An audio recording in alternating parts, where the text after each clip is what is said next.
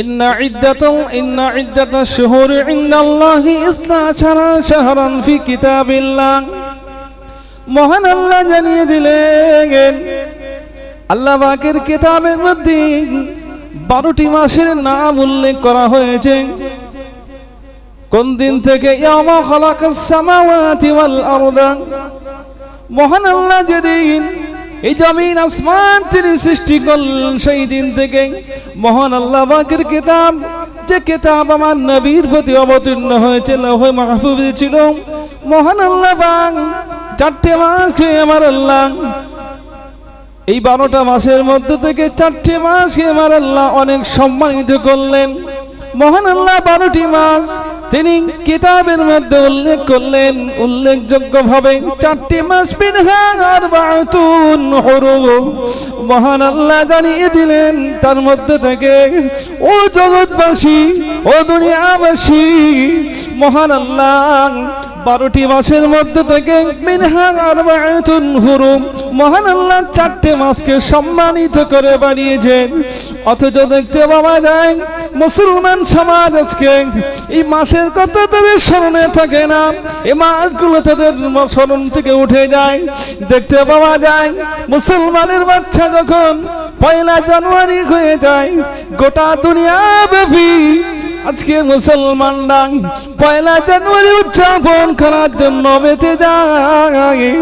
1 বৈশাখ যখন এসে যায় মুসলমান 1 বৈশাখ উদযাপনে মেতে যায়। অথচ একটা বার স্মরণ করো না ও মুসলমান, হিজরি সনের প্রথম মাস কোনটি? মহান আল্লাহ তিনি কি বলেছেন? এটা একবারও মুসলমানের ঘরের সন্তান একটাবার চিন্তা করে না। এদের 1 জানুয়ারি খুব মাতম করবে, 1 বৈশাখ খুব বুঝবে। যদি জিজ্ঞাসা করি হিজরি কত সাল, এটা বলতে পারবে না। অথচ এটা আরবি নববর্ষ। এটা তবে একটা শ্রেণী মুসলমান তারা বোঝে মুহররম। কি বোঝে? তাজিয়া, হাই হোসেন, হাই হোসেন, হাই হোসেন। ও জওয়ান যুবকেরা, ইসলাম এটাকে অবৈধ করেছে, রক্তপাত ঘটানো ইসলাম এটাকে অবৈধ বানিয়েছে। আজকে যারা ইমাম হোসেনকে নিয়ে যারা মাতম জারি করে আগামী সামনে সপ্তাহে 10ই মুহররম ইয়ামে আশুরার দিন দেখতে পাওয়া যায় তারা ইমাম হুসাইনের নামে মাতম করে বেড়ায়, রক্তাক্ত ঘটায়, তারা অস্ত্র নিয়ে মিছিল করে বেড়া হয়। ও মুসলমান, মিছিল করতে করতে তাদের কোথা দিয়ে জোহরে রক্ত চলে যায়, আসরে রক্ত চলে যায়, তাদের নামাজের ধ্যান ধারণা ছিল না, তাদের করে নামাজের চিন্তা ভাবনা ছিল না। অথচ যে ইমাম হুসাইনের জন্য আজকে আমরা মাতম করছি, মিছিল করছি, সেই ইমাম হুসাইনের জীবনী তারা একটা বার পড়ে দেখলো না। ইমাম হুসাইন তিনি যখন বুঝতে পারলেন আমার এই কারবালার ময়দানে আমার জীবনটা চলে যাবে, আমার জীবনটা আল্লাহর রাস্তায় চলে যাবে, আমার নবী আমার নানা জানের উম্মতের জন্য আমি ইমাম হুসাইন আমার জীবনটাকে কুরবানি করে দেব। মৃত্যু একেবারে অনিবার্য জানার পরে গো ইমাম হুসাইন ইয়াজিদ বাহিনীকে বলেছিল, ও ইয়াজিদ বাহিনী একটা মাস সময় দাও আমাকে, আসরের নামাজের সময় হয়ে গিয়েছে, একটু আমাকে সময় দাও। ও ইয়াজিদ বাহিনী আমি রাসূলুল্লাহ রক্ত দিগার কারবালার জমিনে আমি আসরের নামাজটা আদায় করব। ওই ইমাম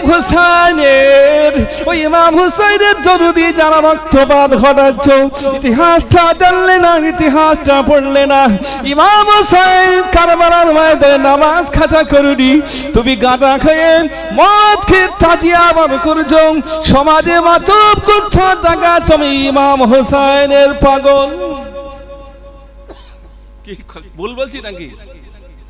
সব মাতাল গুলো ভাড়া, সব ওদের ঠিক ঠিকানা থাকে না, হুঁশ নেই, হুঁশ থাকে না, নামাজের কোনো জ্ঞান নেই। অথচ ইমাম হোসেন কারবালার মাঝে নামাজ প্রতিষ্ঠিত করেছিলেন।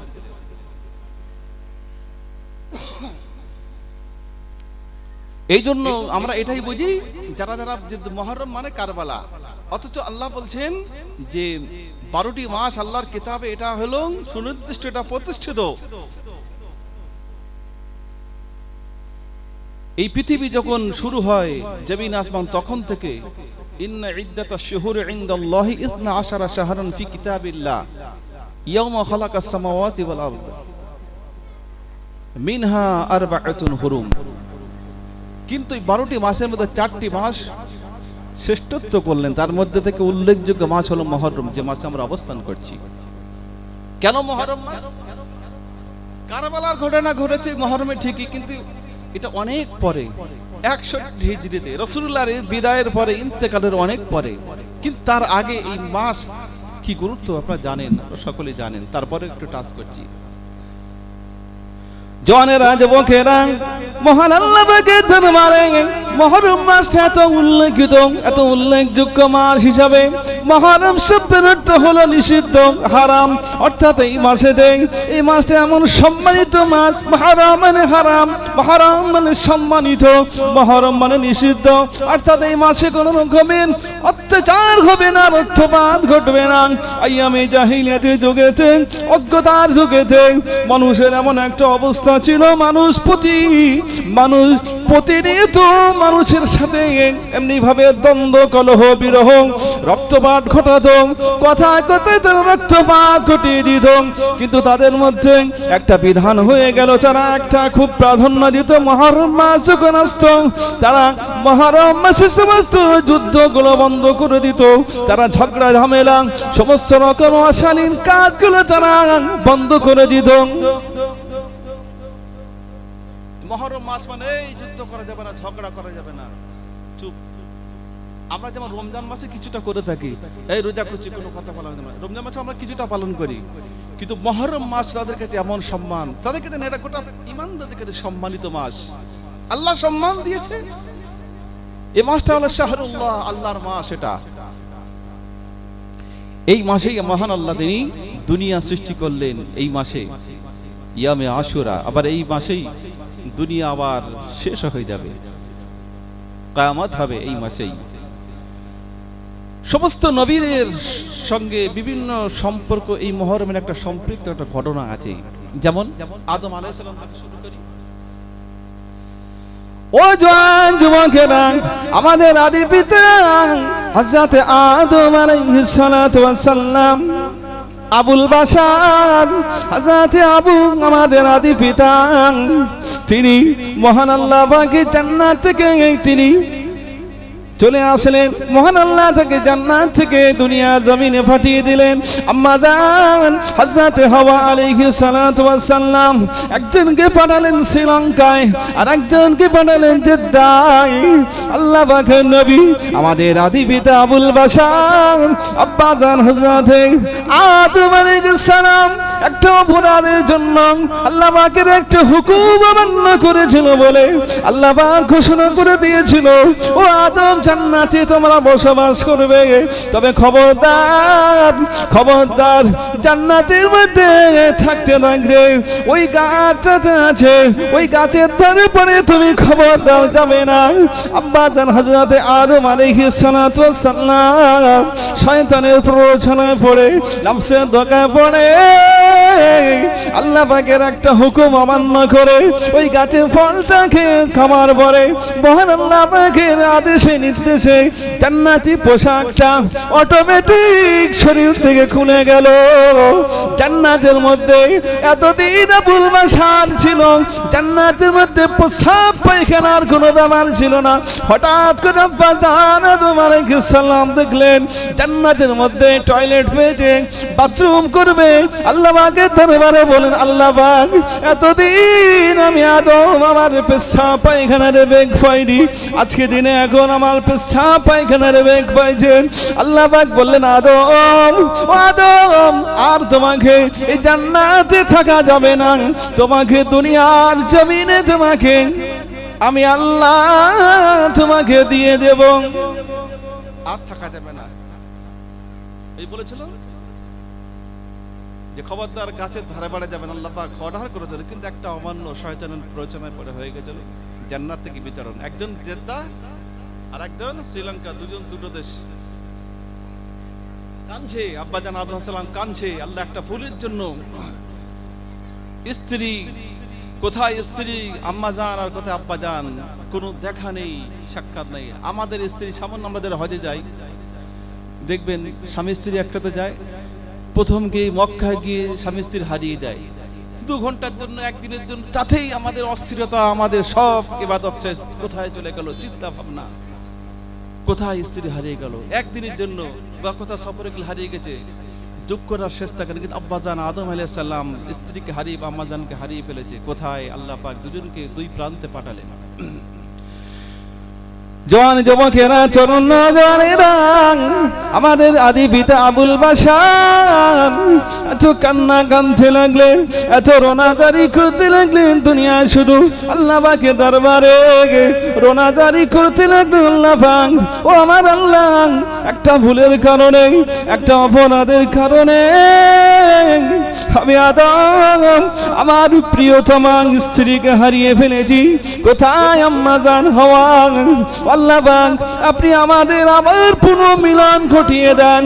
আল্লাহ পাকের দরবারে আব্বাজান আদম আলাইহিস সালাতু ওয়াস সালাম দোয়া চায়, বারে বারে কাঁদতে থাকে।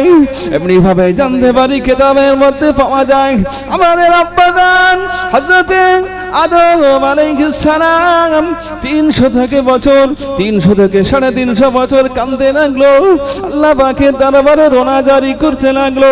কাঁদতে কাঁদতে একদিন মহান আল্লাহ পাকের দরবারে আব্বাজান আদম আলাইহিস সালাতু ওয়াস সালাম দোয়া চাইলেন, রব্বানা যালামনা আনফুসানা ওয়া ইল্লাম তাগফির লানা ওয়া তারহামনা লানাকুনান্না মিনাল খাসিরিন।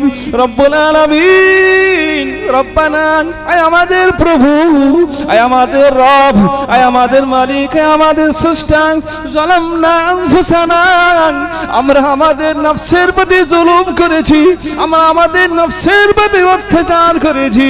আনফুসানা ওয়া ইল্লাম তাগফির লানা, ও রব্বুল আলামিন, আপনি যদি আমাদের ক্ষমা না করেন, ওয়া ইল্লাম তাগফির লানা, আপনি যদি আমাদের মাফ না করেন, আপনি যদি আমাদের ক্ষমা না করেন, ওয়া তারহামনা, আর আপনি যদি আমাদের প্রতি দয়া না করেন, আপনি যদি আমার প্রতি দয়া না করেন, করুণা না করেন, ক্ষমা না করেন, তাহলে আমরা লানাকুনান্না মিনাল খাসিরিন। ও রব্বুল আলামিন, আমি আদম ধ্বংস হয়ে যাব, আমরা ক্ষতিগ্রস্ত হয়ে যাব। আল্লাহ পাক, আপনি আমাদের দোয়াটা কবুল করুন। আল্লাহ পাক রব্বুল আলামিন আদমের দোয়াটা সেদিন মহান আল্লাহ কবুল করে নিলেন।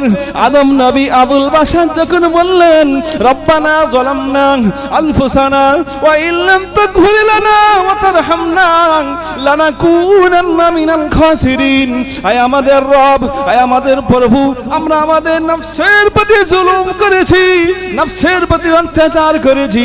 আজকে আপনি যদি ক্ষমা না করেন, আর আপনি যদি ওয়া তারহামনা, যদি দয়া না করেন, তাহলে আমরা লানাকুনান্না মিনাল খাসিরিন। মহান আল্লাহ পাক আদমের দোয়াটা এত ভালো লাগলো, এত পছন্দ হলো, নিজের প্রতি বিনয়ের সাথে যখন দোয়া চাইলেন, আমার আল্লাহ আদমকে ক্ষমার সুসংবাদ দিয়ে দিল। আমার আল্লাহ হযরতে আদমের জীবনের গুনাহগুলো মাফ করে দিয়ে ওই দিনকে মুহূর্তের মধ্যে আব্বাজান আদমের সামনে মহান আল্লাহর কুদরতি শক্তি দেয় আম্মাজান হযরতে হাওয়া আলাইহিস সালাতু ওয়াস সালামের সাথে দেখা হয়ে গেল। আর ওই জায়গাটা, যে জায়গায় দেখা হলো, ওই জায়গাটার নাম হলো আরাফাত। একবার জোরে বলুন না সুবহানাল্লাহ। বাস দোয়া কবুল হয়ে গেল এবং আদম আফাসল এক জায়গায় হলো। আরাফাত মানে মিলন, আরাফাত মানে মিলন, মিলন হয়ে গেল। কোথায়? 300-350 বছর পরে হঠাৎ দোয়া কবুল হয়ে গেছে, মিলন হয়ে গেছে স্বামী স্ত্রী, আব্বাজান আম্মাজান এক জায়গায়। আর ওই জায়গাটা আরাফাত, মিলন জায়গাটা এখন নাম হয়ে গেছে আরাফাত। হাজী সাহেবরা যেখানে অবস্থান করে জাবালের রহমতের তারে, প্রত্যেক হাজী সাহেব তারা যায়, সে আরাফাতে অবস্থান করা হয় ফরজ। যেদিন আদম আলাইহিস সালামের দোয়াটা কবুল হলো, যেদিন উভয়ের মধ্যে মিল হলো, দেখা হলো, সেই দিনটা কোন দিন? কথা বলেন না, সেদিনটা কোন দিন জানেন না? এই মুহররম মাসের ইয়ামে আশুরা 10ই মুহররম সেই দিনটা ছিল আদম আলাইহিস সালামের দোয়া আল্লাহ পাক কবুল করেছিল, তার ক্ষমা করে এবং আম্মাজানের সাথে মিলন ঘটিয়েছিল আরাফাতের ময়দানে। আরাফাত সেই দিনটা হলো ইয়ামে আশুরা, এর নাম হলো মুহররম। আপনি কারবালা করছেন, কারবালা তো আছে অবশ্যই অনেক পরে, দুনিয়ার শুরু থেকে আব্বাজান আদমের দোয়া কবুল করলেন এবং আম্মাজান আব্বাজানের মিলন ঘটালেন 10ই মুহররম। এই দুনিয়ার শুরু থেকে সূচনা না, ঘটনা আছে না। আরেকজন নবী তিনিও নাফসের প্রতি জুলুম করে তিনি দোয়া চেয়েছিলেন, একটা দোয়া, সেই নবীটির নাম হলো ইউনুস নবী। তিনি এরকম একটা সুন্দর দোয়া করলেন, যেমন আমরা দোয়াটা রব্বানা যালামনা আনফুসানা দোয়াটা আমরা পাঠ করি না নামাজের মধ্যে, ইমাম সাহেবরা বলে শুনি, কিন্তু মানে জানতাম কি আমরা অনেকে, কি সুন্দর মানে। আরো একজন নবী ইউনুস নবী, তিনি তার কওমকে নিনভা, তার যে সম্প্রদায় ছিলেন, যে জায়গার নাম নিনভায়, তিনি কওমকে দাওয়াত দেন। কারণ প্রত্যেক নবীর কাজই হলো কওমকে দাওয়াত দেওয়া, আল্লাহর তাওহীদের রিসালাতের বাণীগুলো তাদেরকে যা পৌঁছে দেওয়া। ইউনুস নবী যখন তার কওমকে বলতে দাওয়াত দিচ্ছে, কওমরা সব দাওয়াত প্রত্যাখ্যান করছে, সব কে কার কথা শোনে। আজ যেমন ইমাম সাহেবরা, আলেম সাহেবরা, ওয়াইজিনরা রাস্তাঘাটে সব এবং সব মানে অশ্লীলতা সাথে জড়িয়ে যে বলছে, কে কার কথা না, ইমাম সাহেব বলছে, ও আলেম বলছে, ওর কথা বলবে, ও আমরা আমাদের কাজ করবো, ইমাম সাহেব তো বলবে, ও আলেম তো বলবেই, ওকে দাওয়াত করে নিয়ে এসেছি, ও বলে চলে যাক, ও বাকি আমরা দেখবো। এইরকম অবস্থা। ইউনুস নবী যখন তার নবী দাওয়াত দিচ্ছে, দাওয়াত প্রত্যাখ্যান করেছে, কেউ মানতে চাইছে না, আসছে না। ইউনুস নবী ফলে রেগে গেলেন, রেগে গিয়ে তাদেরকে অভিশাপ দিলেন, যা আল্লাহর রহমত দেখ, তোরা ঈমান আনিস না আল্লাহ আমার উপরে, আল্লাহর উপরে, তোদের প্রতি আল্লাহর আযাব এসে যাবে, আল্লাহর গজব পড়বে তোদের প্রতি, যা আমি চলে যাচ্ছি। এরকম একটা রাগ দেখি একটা দিনে মনের অসন্তুষ্ট প্রকাশ করে চলে গেলেন অনেক দূরে। আর যেই চলে গেলেন কিছু দূরে, তখন এই কওমের মানুষ তারা বুঝে নিলেন যে নবী আমাদের উপর রাগান্বিত, মানে তারা জানতে যে অবধারিত নবী যখন বলেছেন গজব হবে, তা নিশ্চিত গজব হবে, আমরা সব মারা যাব। তারা ভয়তে পড়ে, নবী চলে গেছে বলে রাগে, নবীর অবর্তমানে তারা নিজেরা আল্লাহর কাছে অনুতপ্ত হয়ে গেলেন, আল্লাহ আল্লাহ আপনি গজব দেবেন, আল্লাহ আমরা আপনার প্রতি ঈমান আনছি, আল্লাহ আপনার প্রতি অনুসারী করব, আল্লাহ আপনার নবীর প্রতি ঈমান আনবো। তারা এই অনুশোচনা অনুতপ্ত হলেন, নবীর অনুপস্থিত, নবী চলে গেলেন অন্য জায়গায়। কয়েকদিন কেটে গেল, আল্লাহ পাক তাদের প্রতি কোনো গজব দিচ্ছে না, কোনো অভিশাপ দিচ্ছে না, আসমানি কোনো বালা মুসিবত নেই। নবী যেটা দূর থেকে লক্ষ্য করলেন যে আমি তো বলেছিলাম যে গজব আসবে, কিন্তু তারা তো তাদের মধ্যে কোনো গজব নেই, আযাব নেই। ফলে নবী তাদেরকে তার কওমকে ছেড়ে তিনি অন্য জায়গায় চলে যাচ্ছিলেন। একটা নদী পার হতে হবে, সেই জায়গা দিয়ে বর্ণনা এসছে। সেই নদী পার হতে, ঘটনা বিস্তারিত আমি সংক্ষেপে বলছি, সেই নদীতে হঠাৎ করে নৌকা ডুবে যাচ্ছে। বলছে কি, মাঝি বলছে একজনকে ফেলতে হবে। তা কাকে ফেলবে? হঠাৎ কাউকে ফেলতে পারে নদী থেকে? বললে একজনকে ফেলতে হবে, তো লটারির মাধ্যমে হবে, লটারি হবে। জওয়ানেরা, যুবকেরা, তরুণরা, জওয়ানেরা, আল্লাহ পাকের নবী হযরত ইউনূস আলাইহিস সালাম কওমকে ফাঁকি দিয়ে চলে যাচ্ছিল অন্য জায়গায়, অন্যত্র। ওই নৌকার উপরে উঠলেন, হঠাৎ করে নৌকা বিপদের সম্মুখীন হয়ে গেল মাঝ দরিয়াতে। মাঝি ঘোষণা করল, নৌকা থেকে একজনকে যদি ফেলে দেওয়া যায়, আজকে আমরা এই মুহূর্তে এতগুলো মানুষ বিপদ থেকে মুক্তি পেয়ে যাব। একজনকে ফেলবে, কাউকে তো হঠাৎ করে ফেলা যায় না। তাই তারা সিদ্ধান্ত করলেন, প্রত্যেকের নামগুলো লিখে লিখে লটারি আকার হবে, আর তার থেকে একটা নাম তোলা হবে। ওই নামটা যারা আসবে তাকেই ফেলে দেওয়া হবে। ও জওয়ান যুবকেরা, কুদরতে কারিশমা আমার আল্লাহ তাআলার, জগৎটা আমার আল্লাহ তাআলার কারিশমাটা কে বুঝবে? ও জগতের মানুষ, ওই সময় দেখতে পাওয়া গেল ওই নৌকায় অগণিত মানুষের মধ্যে থেকে সকলের নামগুলো লিখে লিখে চিরকুট বানিয়ে একটা কৌটার মধ্যে রেখে দিয়ে একটা লটারি কাগজ তোলা হলো। দেখতে পাওয়া গেল ওই সময় যে নামটা উঠে আসলো, ওই নামটা অন্য কোনো নাম নাই, ওই নামটা আল্লাহ পাকের প্রেরিত একজন জলিল কদর নবী হযরত ইউনূস আলাইহিস সালামের নামটা উঠে আসলো। সমস্ত নৌকার মানুষ অবাক হয়ে গেল। আসলে তারা চাইনি নবী ইউনূসকে তারা নৌকা থেকে সরিয়ে দেবে, এই মাছ দরিয়া তাকে ফেলে দেবে। তাদের কাছে অত্যন্ত দুঃখজনক লাগলো। তারা সিদ্ধান্ত করলো না না না না, আজকে দিনে এত সুন্দর একজন জলিল কদর আমাকে নবীকে ফেলে যাবে না, লটারি আরো একবার হোক। হবে না, এত সুন্দর একজন প্রিয় ব্যক্তি আল্লাহর ওলি বুজুর্গ মানুষ, একে নদীতে ফেলবো, আরেকবার লটারি হোক। ওই জওয়ান যুবকেরা, তরুণ নওজওয়ান দেখতে পাওয়া যায় ওই নৌকায় আবার লটারি হলো। দ্বিতীয়বার লটারিতে একজনের নাম তোলা হলো। আবারও কুদরতে কারিশমা আল্লাহ তাআলার কৌশল কে বুঝবে জগতের মানুষ।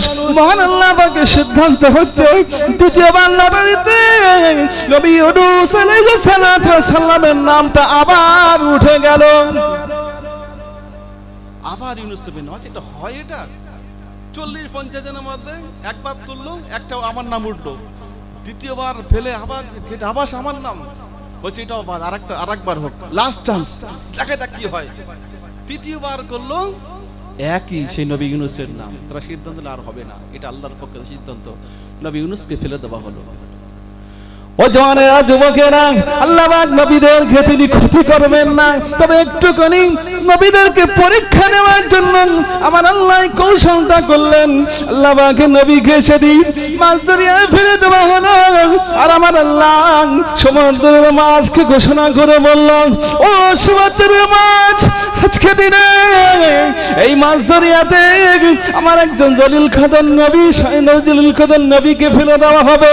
ও সমুদ্রের মাছ, তোমাকে অর্ডার করলাম, ও সমুদ্রের মাছ, আমার নবীকে তুমি তোমার পেটের মধ্যে নিয়ে নাও, তবে খবরদার আমার নবীকে হজম করতে পারবে না। আমার নবীকে তুমি হজম করার ক্ষমতা আমি আল্লাহ তোমাকে দেব না, কারণ আমার নবীকে দিয়ে আরো অনেক কাজ আমি ঘটাবো। খবরদার খবরদার, আমার নবীর সাথে বেয়াদবি করবে না, আমার নবীর সাথে তুমি বেয়াদবি করবে না। ফেলতে দেরি হলো, একটা হঠাৎ করে আগন্তুক মাছ এসে আল্লাহ নবী ইউনূসকে একেবারেই তার মাছের পেটের মধ্যে নিয়ে নিলেন। আল্লাহ নবী এখন মাছের পেটের মধ্যে চলে গেলেন। আল্লাহ পাকের জলিল কদর নবী হযরত ইউনূস আলাইহিস সালাম সেদিন মাছের পেটের মধ্যে বসে তিনি বুঝতে পারলেন আমি আমার নফসের প্রতি জুলুম করেছি। ফলে সেদিন ইউনূস নবী একটা দোয়া পাঠ করেছিলেন, যে দোয়াটা আমরা সকলেই পাঠ করি, এবং সেই দোয়াটা মহান আল্লাহ পাকের দরবারে এত মঞ্জুর হয়ে গেল, কবুলিয়ত হয়ে গেল। ওই দোয়াটাও মহান আল্লাহ সূরা আম্বিয়ার মধ্যে উল্লেখ করলেন। সেদিন নবী ইউনূস বলেছিলেন, লা ইলাহা ইল্লা আনতা সুবহানাকা ইন্নী কুনতু মিনাল যালিমিন ফাস্তাজাবনা লাহু ওয়া নাজ্জায়নাহু মিনাল গাম্মি ওয়া কাযালিকা নুনজিল মুমিনিন। জোরে বলুন সুবহানাল্লাহ। যেটাকে আমরা দোয়া ইউনূস বলি, সূরা আম্বিয়ার মধ্যে নোট করা আছে এই দোয়াটা, লা ইলাহা ইল্লা আনতা, আল্লাহ আপনি ছাড়া কেউ কোনো মাবুদ নেই, লা ইলাহা কোনো উপাস্য নেই, ইল্লা আনতা আপনি ছাড়া, ইন্নী কুনতু মিনাল যালিমিন, আল্লাহ আমি জুলুমদের অন্তর্ভুক্ত হয়ে গেছি, আমার নফসের প্রতি জুলুম করেছি, আল্লাহ আপনি মাফ করে দেন। আমার আল্লাহ নবী ইউনূসকে মাফ করলেন, ক্ষমা করে দিলেন। মহান আল্লাহ পাক ইউনূস নবীকে মাফ করে দিয়ে আরে মাছকে বলল, মাছ খবরদার তুই আমার নবীকে হজম করতে পারবি না, আমার নবীকে সমুদ্রের কিনারায় যেখানে লোকালয় আছে ওইখানে আমার নবীকে উৎগীরণ করে দেবে। আল্লাহ পাক নবী ইউনূস 40 দিন কিতাবের মধ্যে এসেছে, মাছের মধ্যে ছিল, আর 40 দিন তিনি অন্য কোনো কথা নয়, শুধু একটাই কথা, লা ইলাহা ইল্লা আনতা সুবহানাকা ইন্নী কুনতু মিনাল যালিমিন ফাস্তাজাবনা লাহু ওয়া নাজ্জায়নাহু মিনাল গাম্মি ওয়া কাযালিকা নুনজিল মুমিনিন। 40 দিন পরে ইউনূস নবীকে নদীর ধারে মাছ থেকে উৎগীরণ করে দিলেন, বার করে দিলেন। ও জওয়ানে যুবকেরা, ইউনূস নবীর ঘটনা বলতে আসিনি, বলছিলাম এই মুহররমের কি গুরুত্ব ফজিলাতগুলো একটু বলার জন্য। যেদিন ইউনূস নবীকে মাছের পেট থেকে উৎগীরণ করলেন, তাকবীর, নারায়ে তাকবীর, নারায়ে তাকবীর। হযরত মাওলানা ইসহাক সাহেব, হযরত মাওলানা ইসহাক সাহেব যে আমন্ত্রিত হুজুর এসেছেন, তিনি আলোচনা করবেন, আলোচনা তিনি করবেন। তো যে কথা বলছিলাম যে আমরা শুধু কারবালা নিয়ে হয়তো ভাবি কারবালা, কিন্তু যেদিন ইউনুস নবীকে 40 দিন মাছের পেটে রাখার পরে যেদিন সমুদ্রের ধারে যেদিনকে উদ্গীরণ করলেন, সেই দিনটা ছিল ইয়ামে আশুরা, 10ই মুহররম। ইউনুস নবীকে ক্ষমা করলেন এবং তাকে নাজাত দিলেন মাছের পেট থেকে। এইরকম ভাবে সমস্ত নবী রাসূলদের জীবনের যত তাদের কিছু পদস্খলন হয়েছে, একটা নবীদের কোনো দোষ আমরা আমাদের বলতে পারবো না। এটা নবীরা হলেন মাসুম, আল্লাহ পাক তাদের দ্বারা কিছু ঘটিয়ে নিয়েছেন। এটা আমাদের জন্য একটা শিক্ষার জন্য এটা আমাদের নবীদেরকে ঘটিয়েছেন এটা। তো যাই হোক, এরকম যে নবীকে নাজাত দিলেন মাছের পেট থেকে, সেটা হলো 10ই মুহররম। এই মুহররম মাসের 10 তারিখে ইয়ামে আশুরা। তাহলে আমরা মাতম করতে পারবো না, তাহলে কি করতে পারবো? আমাদের জন্য উচিত হবে বেশি বেশি এই মাসে তাসবিহ পাঠ করা, তেলাওয়াত করা, কোরআন পাঠ করা, নবীর প্রতি দরুদ শরীফ, ইস্তেগফার করা, দোয়া সাবরাসানি করা, বিশেষ করে রোজা রাখা। আমার নবী এই মুহররমের ইয়ামে আশুরা নবী মুহররমের রোজা রেখেছেন এবং আমাদের রাখার জন্য উদ্বুদ্ধ করেছেন। আমরা 10ই মুহররম রোজা রাখবো, সাথে সাথে 10ই মুহররমের সাথে একটা রোজা আমরা মিলিয়ে রাখবো, হয় 9ই মুহররম অথবা 11ই মুহররম। 10ই মুহররম 9-10 অথবা 10-11, কেউ বা 3টে রাখতে পারে, অসুবিধা। তবে একটা রোজা রাখতে এখানে এই জন্য যাতে করে ইহুদিদের সাদৃশ্য যাতে না হয়ে যায়, এই জন্য রাসূল এখানে একটা আমাদেরকে ডিফারেন্স করলেন যে আমাদের রোজা ইহুদিদের রোজা। কারণ নবী যখন যেদিন হিজরত করলেন সেদিন এই 10ই মুহররম দেখলেন যে ইহুদিরা মদিনায় সব রোজা রাখছে। জিজ্ঞাসা কেন রোজা রাখছো? বলছে আজকে আমাদের নবী মূসাকে আল্লাহ পাক ফিরআউনের হাত থেকে পরিত্রাণ দিয়েছিল। কটা ঘটনা বলবো। সেই নবী মূসাকে ফিরআউন তাড়া করে যে মারবে বলে, নবী মূসা তার কওমকে নিয়ে ছুটতে ছুটতে সামনে দেখছে, এদিকে ফিরআউন তাড়া করে আসছে। নবী মূসা দেখলেন রাস্তা শেষ, সামনে নদী, কোথায় যাব আল্লাহ, কোথায় যাব? ফিরআউন তো সদল বলে তাড়া করছে, কোথায় যাব? আর সামনে নদী। আল্লাহ পাক বলছেন, নবী মূসা তোমার হাতের লাঠিটা একবার নিক্ষেপ করো, বাকি আমি সব কিছু করো, যা করার করবো। তো সেই ঘটনা আমরা জেনেছি। নবী মূসা পেরিয়ে গেলেন এবং রাস্তা থেকে এদিকে ফিরআউনের দল যখন আসছে, ওই ব্রিজের ঠিক নদীর মধ্যস্থলে এসেছেন। আল্লাহ পাক নবীকে বললেন, নবী মূসা তুমি আরেকবার জমিন লাঠি নিক্ষেপ করো। সঙ্গে সঙ্গে ওই ব্রিজটা ভেঙে গিয়ে, সেতুটা ভেঙে গিয়ে ফিরআউন তার সদল বলে নীল নদে তাকে এমনিভাবে জাহান্নামের টিকিট করে পাঠিয়ে দিলেন। তো সেই দিন মহান আল্লাহ যেদিন ফিরআউনের কবল থেকে আমার আপনার নবী হযরতে মূসা আলাইহিস সালামকে ফিরআউনের কবল থেকে রক্ষা করেছিলেন, সেই দিনটাও ছিল এই মুহররমের 10 তারিখ।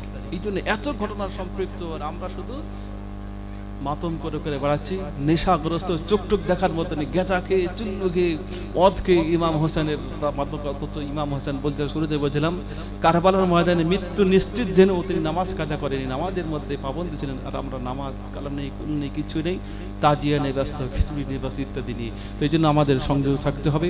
10ই মুহররম শুধু নয়, গোটা মুহররম মাস সম্মানিত মাস।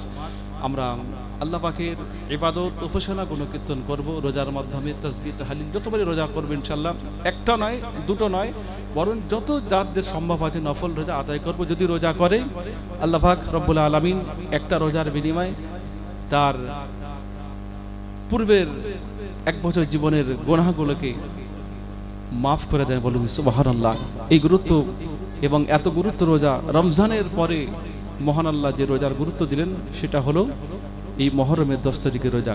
আল্লাহ পাক আমাদের সকলকে বলা এবং শোনার চাইতে বেশি বেশি আমল করার তৌফিক দান করুক।